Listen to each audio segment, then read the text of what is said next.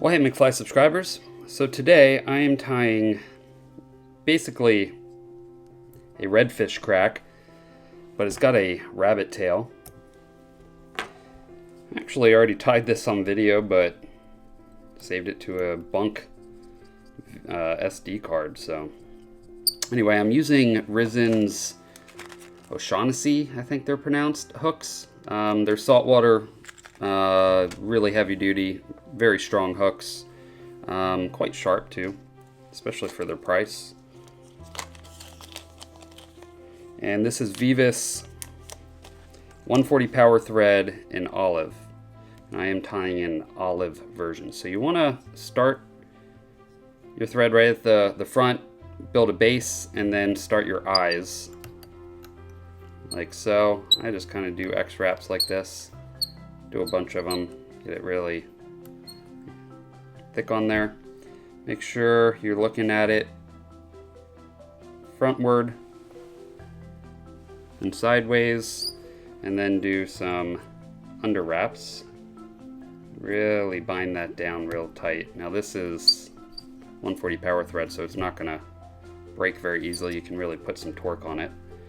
So once that's on there, let's come back, build a little bit of a base there.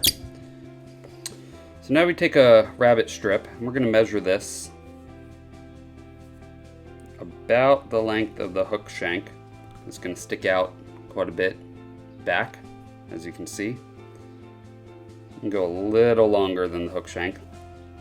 Let's wet some of that to pull back. You can see now we've separated. We can see the base here, and just go ahead and cut that off. Now I like to create, I'm gonna get some stronger scissors for the hide. Right here I like to do a V. Cut like a little V into this, and it'll just kind of help it move a little better into the water. Doesn't have to be super deep V, real shallow. And then you can pull some of the hide off of the back here to expose, some of the fiber, the fur, to expose that hide. Now we got a thread base there.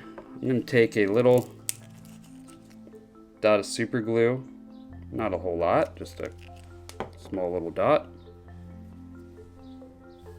Set this right on top, tie that down real tight,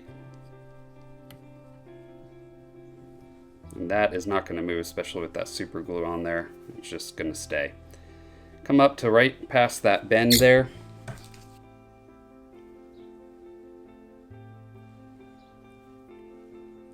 So you want 3 strands of crystal flash. Some people add it, some people don't. You don't have to. You can make this real long, you can make it short. I like it to come back right about where the hide ends. Tie that in right on the side. Fold this around, and then tie it in on the other side. You can just cut that off the same length. Now, I like this because now I can tie in a second for another fly, so I'm not wasting materials.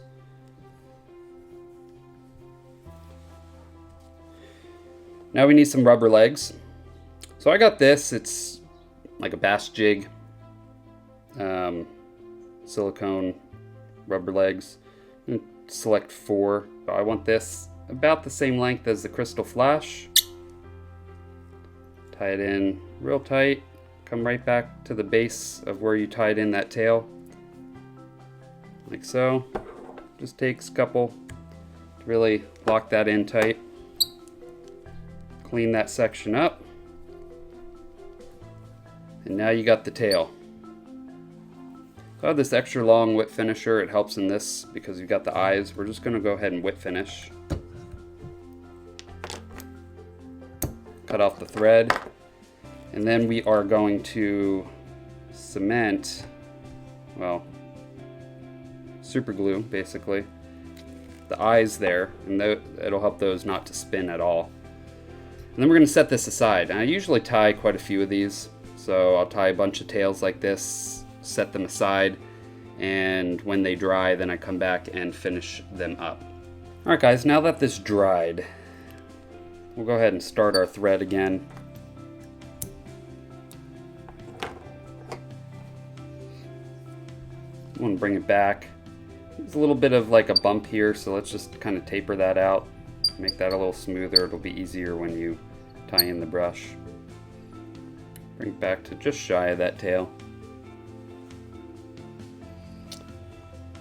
So after you use the brush, there's always a lot of stuff right at the front. You can just pull some of that off. So you catch just the core. Tie that in tight. But watch when you come up to the tip; those are sharp, so you don't want to go too tight right around that. I'm sorry for the squeaky bobbin. I don't know what's going on with this thing. Anyway, that's in tight. So just kind of do your best to pull everything back. Do one tight turn right next to each other on the back there, and then as you come up, you can use the rotary like this. You want to kind of open spiral. You don't necessarily need it too tight. I mean, you could if you want it really bushy, but just when you do that, undo your thread, or you can just kind of wrap it, right? You can do either way, however you want to do it. Just pull everything back with each wrap. Kind of helps. And when you get up right by the eye, we want to make a couple wraps right there. To really get that bushy up by the head. Alright, so separate. I don't know if you saw that. I separate a little bit of the fiber from the core so I could wrap right under it. I make 2 wraps and then I pull everything rearward like that. Then I wrap back up over that. And then I've got some pliers. Don't use your nice scissors. This is wire. It will dull them real quick. You just get in real tight. These are pretty handy little nippers. And just cut that off. Now there's going to be a sharp little tag end of that wire.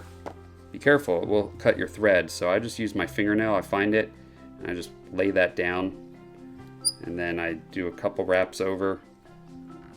That covers that. And I just come up to the front. Gosh, this squeaky bobbin. And then 4 or 5 turn whip finish. Doesn't have to be super strong because we're gonna coat this with resin. There we go. And take a bodkin. I got this. I got it a long time ago. I really like this thing. It allows me to change out just regular needles. I'll even link this so you can see this comes out. You can pull this out, put a needle in. I've bent this one a little bit from doing what I'm doing here.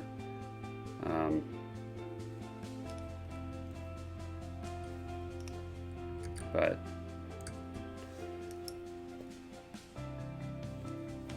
just pick this out a little bit. You're gonna get a few trap fibers, and that's normal, that's okay. But it's wire, so you're not gonna necessarily bust the wire doing this. So you can get kind of aggressive with it, even with a pretty sharp needle like this.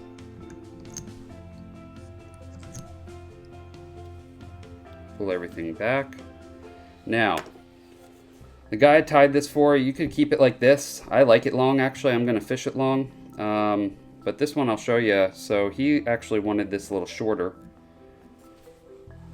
You take some scissors. This is Rizen's razor scissor.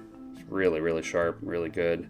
You just kind of at an angle cut this like that. You don't have to do this. Having it long isn't bad. And do the same thing on the back at an angle up. Doesn't have to be perfect. There's going to be some longer. This brush has a bunch of little rubber legs in it from the dubbing I used.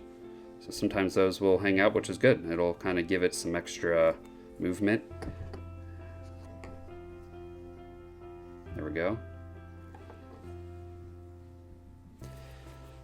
And final, we're gonna resin up the head a little. Put it over the eyes. Fair amount of it. This is Solres is, they call it bone dry or ultra thin. Just right over the eyes. That'll help kind of secure those as well. Improve the knot movement of it. That is not the words I was trying to use, but anyway.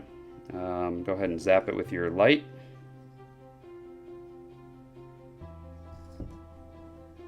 That cures real quick. That's going to be hard. That's not going to come loose. That thread becomes basically underneath that resin coating, so no tooth is going to get that loose. And this is technically made for redfish. Alright guys, and there's the fly. It'll ride hook point up like this.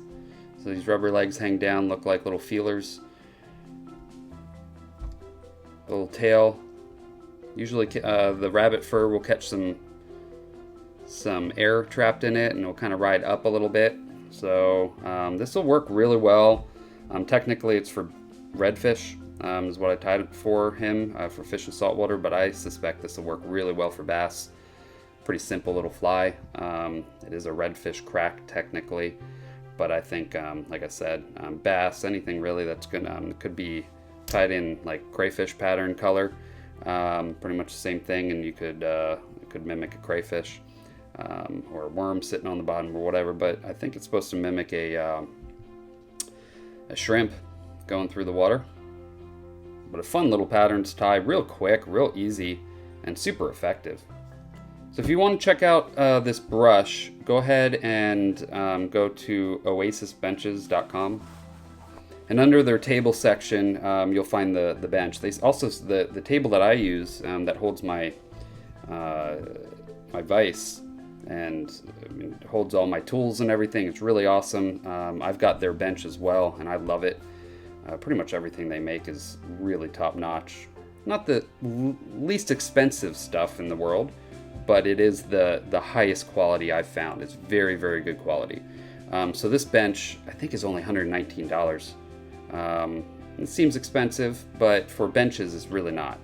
I had a cheap little junky one that's almost unusable. I paid 40 something bucks for, and it's just junk.